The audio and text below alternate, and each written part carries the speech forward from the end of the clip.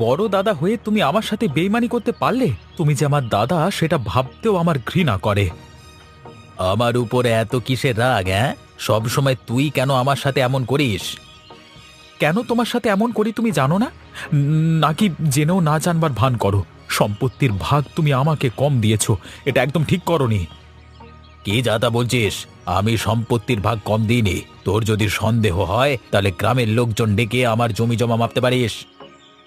দুদিন পর পর লোকজন ডাকতে আমার ভালো লাগে না, আর লোকজন ডেকেও কোনো লাভ হবে না। তুই তুই ঠিকই বুদ্ধি করে তোর ভাগের জমি বেশি নিয়ে নিবি। আমি কোথায় বেশি জমি দিয়েছি তুই বলতে পারবি? সামনের পুকুরটা তুমি নিজের ভাগে নিয়েছো, ওই পুকুরের ভাগ আমাকে দিতে হবে। ওই পুকুরের ভাগ আমি তোকে দিতে পারবো না, কারণ বাবা মা আমার সাথে থাকে, তাই সামনের পুকুরটা আমার। আমার খরচও বেশি। বাড়ির পেছনে যে ছোট পুকুরটা আছে সেটা তোর ভাগে। আমি কিছুতেই মেনে নিতে পারবো না। সামনের পুকুরের ভাগ যদি তুমি আমাকে না দাও, আমি তোমাকে শেষ করে দেব। কি বলি তুই? আমাকে শেষ করে দিবি? আমার নিজের ভাই হয়ে কথা বলতে পারলি? হ্যাঁ, পারলাম। ঠিক আছে, আমিও তোকে সামনের পুকুরের ভাগ দেব না। দেখি তুই আমার কি করতে পারিস। দেবে না তো? দাঁড়াও, আমি তোমার ব্যবস্থা করছি। এই এই তুই এদিকে আসিস কেন? তোর কি মাথা খারাপ হয়ে গেছে নাকি? আমার মাথা একেবারে ঠিক আছে।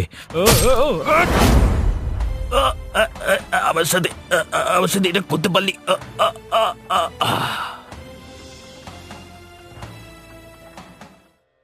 বয়সে এসে সব দেখতে হবে, কখনো ভাবতে পারিনি আজকালকার দুনিয়ায় সন্তান জন্ম দেওয়াটা যেন পাপ। এক ছেলে খুন হলো আর এক ছেলের হাতে। এই ঘটনা আগে কখনো ঘটেছে বলে মনে হয় না। আমার পেটেই মনে হয় এমন কুসন্তান জন্মগ্রহণ করেছিল। ছোট ছেলের কপালেও দুঃখ আছে। পালিয়ে পালিয়ে আর কতদিন থাকবে? পুলিশ একবার ধরতে পারলে সারা জীবনের জন্য জেল হয়ে যাবে, নয়তো ফাঁসি হবে। ওপরওয়ালা আমাদের এ কোন পরীক্ষায় ফেললো? এই সব দেখার চেয়ে মরে যাওয়া যে অনেক ভালো।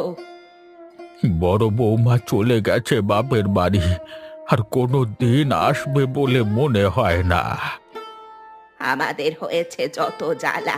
এবার থেকে কাজকর্ম না করলে হয়তো দুবেলা খাওয়াও জুটবে না। সে তুমি ঠিকই বলেছ, কিন্তু এই বয়সে কাজ পাবো বলে মনে হয় না। আর যাই হোক, বড় ছেলে আমাদের খাওয়া পড়াটা দিত। দরকার হলে আমি এই বয়সে লোকের বাড়ি কাজ করব। না না না, তোমাকে লোকের বাড়ি কাজ করতে হবে না। আমি একটা ব্যবস্থা করব, নিশ্চয়ই কোনো না কোনো কাজ পাবো। আমার কিছু ভালো লাগছে না। ছেলেটার জন্য কষ্টে আমার বুক ফেটে যাচ্ছে। এক ছেলে ছেড়ে চলে গেছে, আর এক ছেলেকে নিয়ে বেঁচে থাকবো সে উপায়ও নেই। আমাদের ছোট ছেলেও যে কোনো মুহূর্তে পুলিশের হাতে ধরা পড়তে পারে। ছোট বৌমার সাথে বসে যে একটু কথা বলবো, কিন্তু সে তো আমাদের সাথে ভালো ব্যবহার করে না। এমন করে মনে হয় সুযোগ পেলেই খুন করে দিবে। শোনো শোনো, আমি একটু বাইরে যাব, দেখি কোনো কাজ পাওয়া যায় কিনা। কিছু তো মুখে দিয়ে যাও। এসে খাবো গো, এখন কিছু খেতে ইচ্ছে করছে না। ঠিক আছে।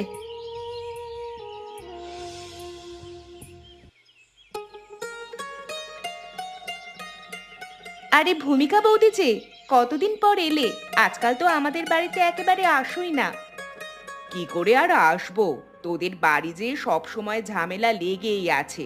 কিছুদিন আগে তোর ভাসুর খুন হলো, তাও আবার তোর নিজের স্বামীর হাতে। তা তোর স্বামী কোথায়? আমার স্বামী কোথায় জানি না, যেখানে থাকে থাকুক। বাড়ি আসলেই তো পুলিশে ধরে নিয়ে যাবে। যাই বলিস না কেন, নিজের দাদাকে খুন করা কিন্তু ঠিক হয়নি। বেশ কাজ করেছে। জমির ভাগ কম দিলে কেউ ছেড়ে দেবে নাকি? এমনটা যদি তোমাদের সঙ্গে হতো? এমনটা হওয়ার কোনো সুযোগও নেই, কারণ আমার স্বামীর কোনো ভাই বোন নেই। স্বামীর ভাই বোন না থাকাটা যে কতটা শান্তির তা তোকে বলে বোঝাতে পারবো না। তুমি তো আছো মহা সুখে, তোমার মতো সুখ খুব কম মানুষেরই হয়। তা যা বলেছিস, তার স্বামীর খুনের দায়ে পালিয়ে বেড়াচ্ছে, আর তুই এইদিকে খাসির মাংস রান্না করছিস। তোর স্বামীর জন্য একটু খারাপ লাগছে না? স্বামী পালিয়ে বেড়াচ্ছে বলে আমি কি নাওয়া খাওয়া ছেড়ে দেব নাকি? আজ সকালে মোড়ের মাথা থেকে কিনে নিয়ে এসেছি। শুনলাম তো শ্বশুর শাশুড়ি নাকি না খেয়ে আছে, কাজও খুঁজছে। অবশ্য কাজ না করলে খাবে কি? যা ইচ্ছে করে করুক, ওদের কথা আমার শুনতে ইচ্ছে করে না। ওরা যদি ভালো মানুষ হতো তাহলে বড় ছেলেকে জমি জায়গা বেশি দিত না। সত্যি রে, এমন বাবা মা আমি জীবনে দেখিনি। আপন দুই ভাই, অথচ বাবা মার চোখে দুই রকম। আমার শ্বশুর শাশুড়িকে এই ভিটা থেকে বিদায় করে ছাড়বো। ওদের যদি বিদায় করতে না পেরেছি তবে আমার নামও নেহানা। তোদের সাথে যা করেছে এটাই ওদের জন্য প্রাপ্য। আচ্ছা রে, আমি এখন গেলাম, অনেক বেলা হয়ে গেছে। খাসির মাংস খেয়ে যাও, অনেক মজা করে রান্না করেছি। বাটিতে দে 2 টুকরো, খেয়ে দেখি কেমন রান্না করেছিস। আচ্ছা, দিচ্ছি।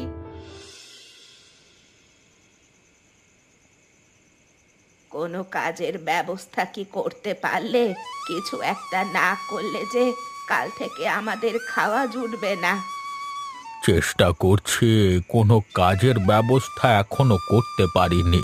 মানুষের কাছে কাজ চাইলে বলে, এ বয়সে আপনি কাজ করতে পারবেন না। আমাদের কপালটাই খারাপ। শেষ বয়সে এসে আমাদের এত কষ্ট করতে হবে ভাবতেই পারিনি। সব কিছু হয়েছে আমার 2 কুসন্তানের জন্য। ওদের দোষ দিয়ে আর কি হবে? আমরাই ওদের মানুষ করতে পারিনি। ঠিক মতো মানুষ করতে পারলে আজকে এই দিনটা আমাদের দেখতে হতো না। ওইদিকে ছোট বৌমাও আমাদের পিছনে লেগে আছে। বলে কিনা বড় ছেলের ভাগের জমি লিখে দিতে। যদি লিখে দিই তাহলে আমাদের নাকি দুবেলা খেতে দিবে। ছোট বৌমা কোনো দিন আমাদের দেখবে না। ওকে আমরা হারে হারে চিনি। তুমি যদি কোনো কাজ না পাও, আমি না হয় অন্যের বাড়িতে কাজ করব। কাজ করে খাওয়ার মধ্যে কোনো লজ্জা নেই। এদিকে ছোট ছেলেরও কোনো খবর নেই। বেঁচে আছে নাকি মরে গেছে সেটাও জানি না। আমি তো ছোট ছেলেকে নিয়ে কোনো চিন্তা আর করি না। অমানুষ ছেলের কথা ভেবে আর কি হবে? তুমি ঠিকই বলেছ। তারপরও যে আমরা বাবা মা, তাই কষ্ট হয়। আচ্ছা, আমি একা একা ভাত খাচ্ছি, তুমিও খেয়ে নাও। দুজন মানুষ আলাদা আলাদা করে খাওয়ার কি দরকার? তুমি খাও, আমার খিদে নেই। আজকে রাতে আমি খাবো না। খিদে নেই নাকি হাঁড়িতে ভাত নেই? সেই কখন এক মুঠো খেয়েছো। খিদে নেই বললে তো আমি বিশ্বাস করব না। আমি সত্যি বলছি, আমার খিদে নেই। খিদে থাকলে তো অবশ্যই খেতাম। তুমি তাড়াতাড়ি খেয়ে নাও তো। আচ্ছা আচ্ছা, খাচ্ছি। তুমি সকাল সকাল? পুলিশ তোমাকে খুঁজছে। এই সময় বাড়িতে আসা তোমার একদম ঠিক হয়নি। নিজের বাড়িতে তো আমাকে আসতেই হবে। আর শোনো, পুলিশ আমাকে সহজে ধরতে পারবে না। খুব ভয় করে বুঝলে। যদি তুমি পুলিশের হাতে ধরা পড়ো তাহলে আমার কি হবে? আমি থাকতে তোমার কিচ্ছু হবে না। আরে তোমাকে একটা কথা বলি, এখন থেকে দক্ষিণের জঙ্গলের ভেতর তুমি আমার সাথে দেখা করতে যাবে। ওখানে গেলে আমার সাথে তোমার দেখা হবে। সে না হয় বুঝলাম, কিন্তু একা একা বাড়ি থাকতে আমার যে ভয় করে। ভয়ের কিছু নেই, কিছুদিন থাকো, তারপর আমি তোমাকে একেবারে নিয়ে যাব। কোথায় নিয়ে যাবে আমাকে? দক্ষিণের জঙ্গলের পাশে এলাকার সবচেয়ে ধনী ব্যক্তি রঘুনাথ বাবুর বাড়ি। ওই বাড়িতে রঘুনাথ আর ওনার মেয়ে ছাড়া কেউ থাকে না। আমি ও বাড়িতে এতদিন কাজের লোক হয়েছিলাম। ওরা আমাকে খুব বিশ্বাস করে। আমি যা বলি ওরা তাই শোনে। ওই বাড়িতে তুমি থাকো, আশেপাশের কেউ তোমাকে চিনলে তো বিপদ হয়ে যাবে। আমাকে কেউ চিনবে না। আমি তো ওখানে ছদ্মবেশ নিয়ে থাকি। আমি কৌশলে রঘুনাথ বাবু আর ওনার মেয়েকে পৃথিবী থেকে সরিয়ে দেব। তারপর ওই বাড়ির মালিক আমি আর তুমি, বুঝলে? তাহলে তো দারুণ হবে। আমরা রাজরানী হয়ে থাকবো। একবার ধনী হতে পারলে আমাদের আর কে পায় বলো তো? এদিকে তোমাকে একটা কাজ করতে হবে। তুমি আমার বাবা মাকে যেভাবেই হোক এই গ্রাম ছাড়া করে দেবে। ওনাদের যদি গ্রাম ছাড়া করতে পারো তাহলে দাদার জমি জমা সব আমাদের হয়ে যাবে। ওই দিকের কাজ আমি খুব ভালো করেই করতে পারবো, তুমি আমার উপর ভরসা রাখতে পারো। এবার আমাকে যেতে হবে। বেশিক্ষণ এখানে থাকাটা আমার জন্য নিরাপদ না। তোমাকে যা বললাম সেই মতো কাজ করো। ঠিক আছে, তোমার কথা মতো সব কাজ হবে। আমি গেলাম তাহলে, হ্যাঁ। আচ্ছা বাবা, দেখো মাছগুলো কি সুন্দর সাঁতার কাটছে। আচ্ছা বাবা, এই মাছ তুমি কোথায় পেয়েছিলে? এমন মাছ আমি আর কোথাও তো দেখি না। এই মাছের ছোট মাথা আছে আর বড় লেজ। সে অনেক কাহিনী রে মা। তুই খুব ছোট ছিলিস তখন। তখন তোর মা তোকে নিয়ে হরিনগর আমার এক পিসির বাড়িতে গেছিল। সেখান থেকে একটা বোতলে করে মাছ এনেছিল। শখের বশে মাছটা তোর মা এই লেকে ছেড়ে দেয়। তারপর সেখান থেকে হাজার হাজার মাছের জন্ম হয়। এই মাছ বিক্রি করি তো আজকে আমরা এত বড় লোক। মায়ের কথা মনে হলে আমার খুব কষ্ট হয় বাবা। মা যে কেন আমাদের ছেড়ে চলে গেল। রাতে যখন শুয়ে থাকি তখন মনে হয় মা আমার মাথায় হাত বুলিয়ে দিচ্ছে। আমি বুঝতে পারি রে মা, তোর খুব কষ্ট হয়। কিন্তু দেখ, আমি কিন্তু তোর মায়ের অভাব কখনো বুঝতে দিই না। তুমি তো আমার মা এবং বাবা দুইটাই, তারপরও মায়ের কথা মনে পড়ে। কি যে এক মরণ ব্যাধি তোর মায়ের হয়েছিল, কিছুতেই আর সুস্থ হলো না। আমাদের ছেড়ে একেবারে বিদায় হলো। বাবা, আজ সারাদিন কিরণকে দেখলাম না যে, কোথায় গেছে? সকালে মাছ নিয়ে শহরে গেছিল, তারপর আর ফেরেনি। হয়তো কোনো কাজে আটকে গেছে। ছেলেটা খুব ভালো, বাড়ির সব কাজ একা সামলায়। ঘরের কাজের জন্য কাউকে দরকার, কিরণের জন্য এত কাজ একা করা কষ্ট হয়ে যাচ্ছে। তুই ঠিকই বলেছিস। আচ্ছা, তেমন কাউকে পেলে তাকে বাড়িতে কাজ দেব। মহিলা হলে খুবই ভালো হয়, মহিলা মানুষ ঘরের কাজ খুবই ভালো করতে পারে। ঠিক বলেছিস মা, মহিলা হলে বেশি ভালো হয়। এখন চল ঘরে যাই, ঠান্ডা বাতাস করছে। আচ্ছা বাবা, ঘরে চলো।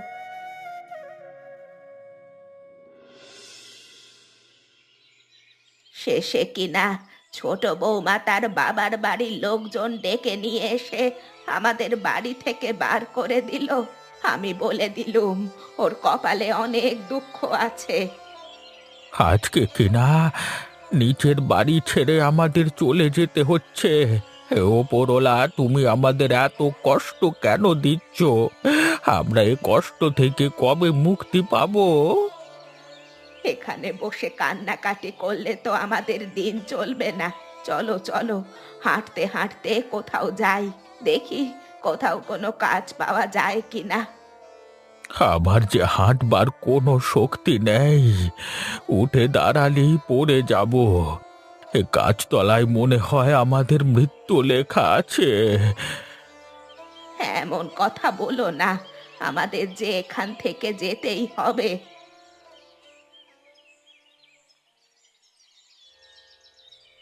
আপনারা এখানে কেন? কি হয়েছে আপনাদের?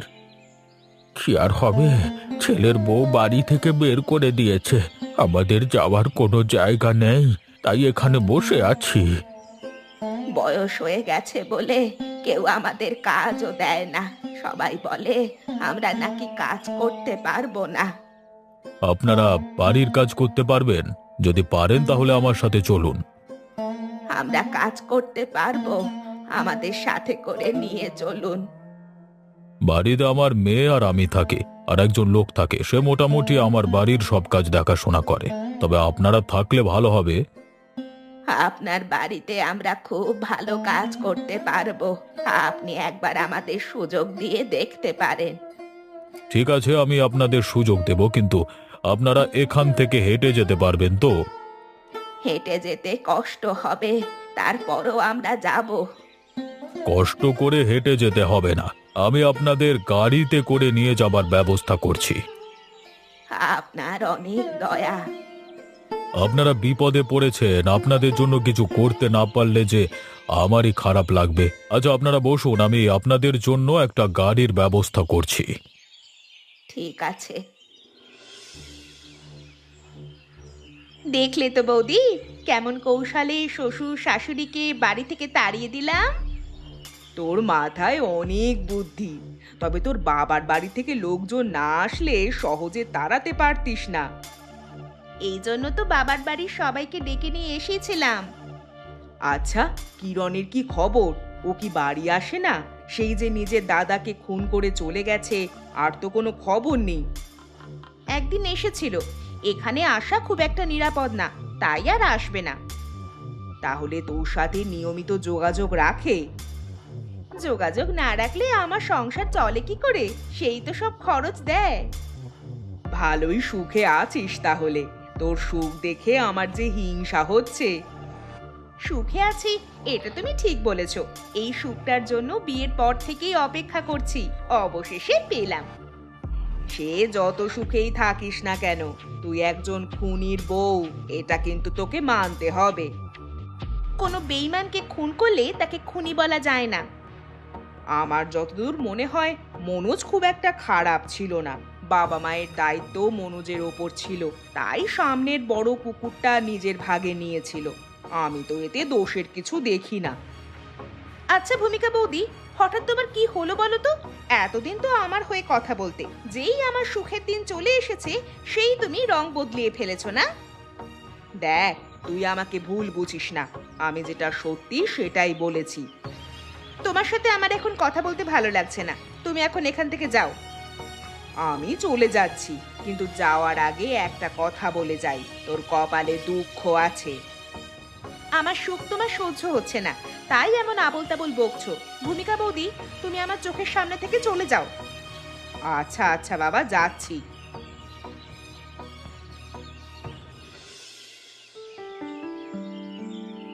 এখন থেকে তোকে আর ঘরের কাজ সামলাতে হবে না, তুই বাইরের দিকটা দেখলেই হবে। দুজন লোক নেওয়া হয়েছে, তারা ঘরের কাজ দেখাশোনা করবে।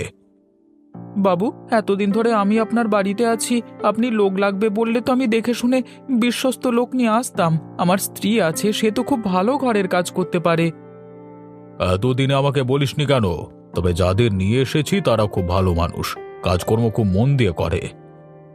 আপনার এত বড় বাড়িতে আমার স্ত্রীকে যদি ঠাঁই দিতেন তাহলে খুব ভালো হতো। ঠিক আছে, আমি রিয়ার সাথে কথা বলে দেখি, সে অনুমতি দিলে তুই নিয়ে আসতে পারিস। যাদের এ বাড়িতে নিয়ে এসেছেন তাদের বাড়ি কোথায় বাবু? এই তো কানাইপুর গ্রামের দুজন বয়স্ক মানুষ, তারা দুজন স্বামী স্ত্রী। কানাইপুর? আপনি জানেন না ও গ্রামের লোকজন ভালো না? আপনি ওদের এখনই বাড়ি থেকে বের করে দিন। না না, ওরা মোটেই খারাপ মানুষ না, তবে এটা সত্যি কানাইপুর গ্রামের কিছু মানুষ খুবই খারাপ। শুনেছি ওই গ্রামের এক ভাই তার এক ভাইকে খুন করেছে, আবার আমি যাদের নিয়ে এসেছি তাদেরও ছেলের বউ বাড়ি থেকে বের করে দিয়েছে। একবার তাহলে তাদের সাথে দেখা করতে হয়, আমি দেখলে বুঝতে পারবো তারা কেমন মানুষ। কি রে মা, কিছু বলবি? বাবা, ললিতা কাকি আর রমেশ কাকা খুবই ভালো মানুষ। ললিতা কাকি খুব গুছিয়ে কাজ করতে পারে, উনি একদম আমার মায়ের মতো। ওনাদের নাম কি বললেন? রমেশ, ললিতা। আচ্ছা, ওনারা এখন কোথায়? আমি একটু ওনাদের সাথে দেখা করতে চাই। এখন রান্না করছে, আপনি রান্নাঘরে গেলে ওনাদের পাবেন। বাবু, আমি তাহলে গেলাম। হ্যাঁ। নতুন লোক আসায় কিরণ যেন কেমন অদ্ভুত আচরণ করছে, ওর মনে হয় বিষয়টা ভালো লাগেনি, বুঝলি? এতদিন ধরে তো এখানে আছে, তাই অন্য কাউকে মেনে নিতে পারছে না। বলছিল ওর স্ত্রীকে এখানে নিয়ে আসতে চায়। সে উনি নিয়ে আসতে পারে। আমি তাহলে কিরণকে বলে দেব ওর স্ত্রীকে নিয়ে আসবার জন্য।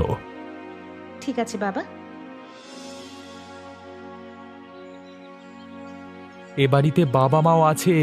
রঘুনাথ বাবু রাস্তা থেকে বাবা মাকে তুলে নিয়ে এসেছে, আমি ছদ্মবেশ নিয়ে থাকি বলে আমাকে চিনতে পারেনি। কিন্তু আমাকে দেখলেই তো চিনতে পারবে, আমি এখন কি করব?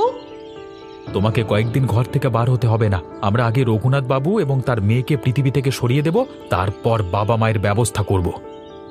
কিন্তু কিভাবে? মুখে বলা যতটা সহজ, কাজে করে দেখানো অতটা সহজ নয়।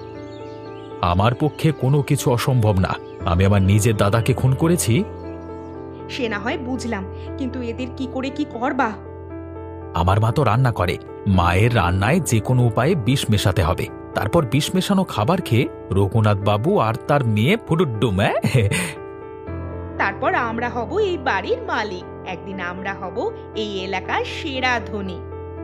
কানাইপুর আমাদের যে জমি জায়গা আছে সব বিক্রি করে দেব, ওখানে আর কোনো দিন ফিরে যাব না। না না, ওইখানে যাওয়ার কোনো দরকার নেই। মাটির বাড়িতে ফিরে যাওয়ার কোনো ইচ্ছে আমার আর নেই। এখানে এত বড় বাড়ি থাকতে আমরা কোথায় যাব বলো? এখন থেকে যে এই বাড়ি আমাদের। আমি তোমাকে একটা বিষের বোতল এনে দেব, তুমি সুযোগ বুঝে খাবারে বিষ মিশিয়ে দেবে। তবে সাবধান, মা বাবা যাতে তোমাকে চিনতে না পারে। না না, আমাকে চিনতে পারবে না। আমাকে এখন শহরে যেতে হবে, তুমি সাবধানে থাকবে, বুঝলে? এখন শহরে যাবে কেন? লেজ বিশিষ্ট মাছ বিক্রি করবার জন্য আমাকে রোজ শহরে যেতে হয়, বুঝলে? আচ্ছা, যাও তাহলে। এমন মাছ আমি জীবনে প্রথম দেখলাম। এই মাছ দেখতে অনেক সুন্দর, খেতেও নিশ্চয়ই আরো সুন্দর। এই মাছ আমরা চাষ করি, কিন্তু কখনো খেয়ে দেখিনি। ইচ্ছা আছে একদিন খেয়ে দেখার। আচ্ছা মা, এত বড় বাড়ি তোমাদের থাকতে ভয় করে না? বাড়িটা কেমন যেন ভুতুড়ে বাড়ির মতো, চারিদিকে গাছগাছালিতে ভরা, আশেপাশে অন্য কারুর বাড়িও নেই। থাকতে থাকতে অভ্যাস হয়ে গেছে। এখন তো আমরা একা না, আপনারাও তো আছেন। আমরা তো বেশি দিন হয়নি এখানে এসেছি। আপনারা এসে আমার খুব ভালো হয়েছে। আপনি আমার মায়ের মতো। মা যেমন তার সন্তানকে লালন পালন করে, আপনিও আমার সাথে তেমনই করেন। সত্যি, আপনার কোনো তুলনা হয় না। তোমার মতো মেয়েকে ভালো না বেসে কি পারা যায় বলো? আপনার ছেলের বউ আপনাদের যে তাড়িয়ে দিয়েছে, আপনারা তার বিচার করবেন না? সহজে ছেড়ে দিবেন? এই বয়সে কি ওদের সাথে আমরা পারবো মা? দুঃখের কথা কি জানো মা, আমার ছোট ছেলে বড় ছেলেকে খুন করেছে। খুন করে যে কোথায় পালিয়েছে, আজও তার কোনো খোঁজ খবর নেই। এ তো নাটক সিনেমার মতো কাহিনী। বাস্তবে যে এমন কাহিনী হয় এই প্রথম শুনলাম। কাকি, আপনার মনে তাহলে অনেক কষ্ট। আগে মনে করতাম আমার মা নেই বলে আমি মনে হয় সবার চেয়ে দুঃখী। না রে মা, তুমি বাইরের জগতের খবর জানো না তো, তাই জন্য নিজেকে এত দুঃখী মনে করো। মানুষ কত দুঃখ কষ্টে আছে সে তুমি কল্পনাও করতে পারবে না। এখন আমি সব বুঝতে পারছি। আপনার সাথে দেখা না হলে আমি তো বাইরের জগৎ সম্পর্কে কিছুই জানতে পারতাম না। এখন থেকে মনে করব আমি একজন সুখী মানুষ। একদম ঠিক মা, নিজেকে আর কোনোদিন দুঃখী মনে করবে না।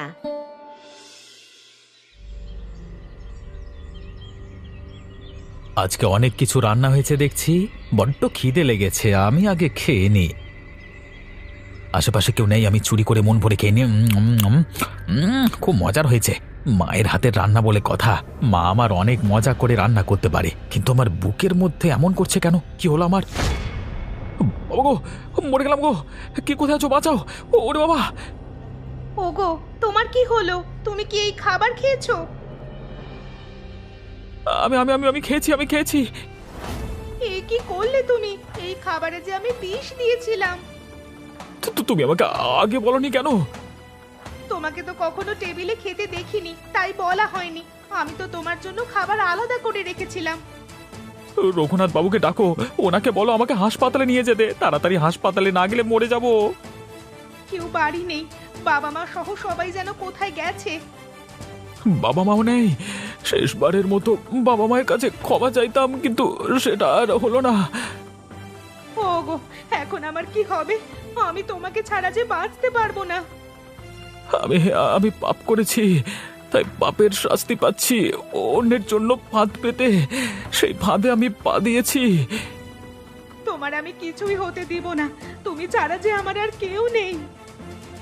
আমি আমি আর বেশিক্ষণ বাঁচবো না। তুমি তাড়াতাড়ি টেবিলের সব খাবার ফেলে দাও, মরবার আগে আমি পাপ কাজ করব না। আমি এ কি করলাম? এখন আমার কি হবে? ছোট বৌমা, তোমরা এখানে আছো অথচ আমরা জানি না। বাড়ি থেকে তোমরা আমাদের বার করে দিয়েছিলে, এত পাপ করে তোমাদের লাভ হলো কি? এতদিন আমাদের চোখের সামনে কিরণ ছদ্মবেশ নিয়েছিল, যার ফলে আমরা ওকে চিনতে পারিনি। এতদিন তাহলে এই বাড়িতে লুকিয়েছিল। কিরণ তাহলে আপনাদের ছেলে? আমাদের বাড়িতে এতদিন ছদ্মবেশ নিয়েছিল, আমরা ওর আসল চেহারা কোনোদিন দেখিনি। আমার ছোট ছেলে, আর এই নেহা আমার ছোট বৌমা। কিরণ আমার বড় ছেলেকে খুন করে পালিয়ে যায়, তারপর একদিন বাড়ি থেকে ছোট বৌমা আমাদের বের করে দেয়। তাহলে আমরা এতদিন একজন খুনির সাথে ছিলাম, যে যে কোনো সময় আমাদেরও ক্ষতি করতে পারত। আপনাদের হয়তো ক্ষতি করবার চেষ্টা করেছে, কিন্তু পেরে ওঠেনি। মারা গেল কি করে কিছুই তো বুঝতে পারছি না। আমরা তো কেউ বাড়ি ছিলাম না। বাড়ি এসে দেখছি কিরণ ডাইনিং রুমে মরে পড়ে আছে। তারপর সবাই মিলে ধরাধরি করে এখানে নিয়ে এসেছি। আমার মনে হচ্ছে ছোট বৌমা খুনটা করেছে। ছোট বৌমা, তুমি শেষ পর্যন্ত আমাদের ছেলেকে খুন করে দিলে। হ্যাঁ, আমি খুন করেছি, এখন আপনাদেরও খুন করে দিব। নেহা মনে হচ্ছে পাগল হয়ে গেছে। ওকে এখনই আটকাতে হবে, নইলে যে কোনো মুহূর্তে বিপদ ঘটতে পারে। খবরদার বলছি, আপনারা কেউ আমার কাছে আসবেন না। আপনাদের আমি সবাইকে শেষ করে দিব। সবাই মিলে ওনাকে ঘরে আটকে রাখতে হবে। ঠিক আছে।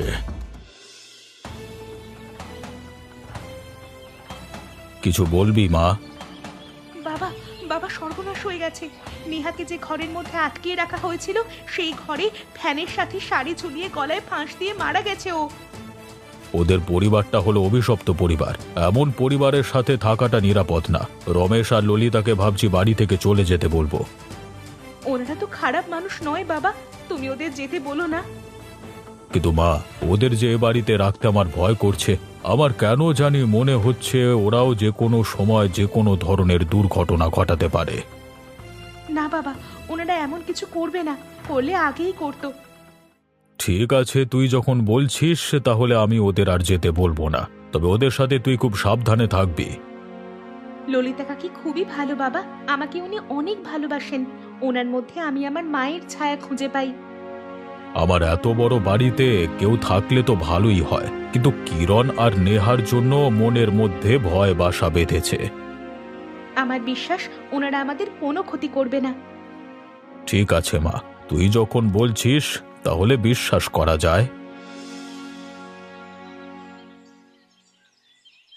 আমরা ভাবছি নিজের বাড়ি চলে যাব। এখানে থাকা আমাদের জন্য ঠিক হবে না। আপনাদের কোথাও আর যাওয়ার দরকার নেই। যতকাল বেঁচে থাকবেন ততকাল এখানে থাকতে পারেন। আমার তো টাকা পয়সার অভাব নেই। তাছাড়া আমার এত বড় বাড়িতে থাকবার মতো কেউ নেই। আমরা খুনির বাবা মা, আপনাদের মতো ভালো মানুষের বাড়িতে থেকে বাড়িটা অপবিত্র করতে চাইছি না। দেখুন, আপনাদের তো কোনো দোষ নেই। আপনারা তো কখনো অন্যায়কে প্রশ্রয় দেননি। তাছাড়া আপনারা তো এখানে বিনামূল্যে থাকেন না, আপনারা কাজের বিনিময়ে থাকেন। আপনাদের কোথাও যেতে হবে না, আমরা সবাই মিলে একসাথে থাকব, আর এই লেকে লেজ বিশিষ্ট মাছ চাষ করব। আমরা হলাম হতভাগা পিতা মাতা, ছেলে বৌমাদের নিয়ে সুখে সংসার করার কথা, কিন্তু কিছুই যে আমাদের ভাগ্যে জুটল না। ওপরওয়ালা, ওপরওয়ালা আমাদের যে কেন বাঁচিয়ে রেখেছে। আমরাও পৃথিবী ছেড়ে চলে যেতে পারলে ভালো হতো। আপনারা এমন করে বলবেন না, সবকিছু ভুলে আবার নতুন করে জীবন শুরু করুন। হ্যাঁ রে মা, আমরা আবার নতুন করে জীবন শুরু করব। কুসন্তানদের কথা ভেবে আর কষ্ট পাবো না। একদম একদম। এমনই মজার মজার গল্প দেখতে আমাদের চ্যানেলকে সাবস্ক্রাইব করতে ভুলবেন না।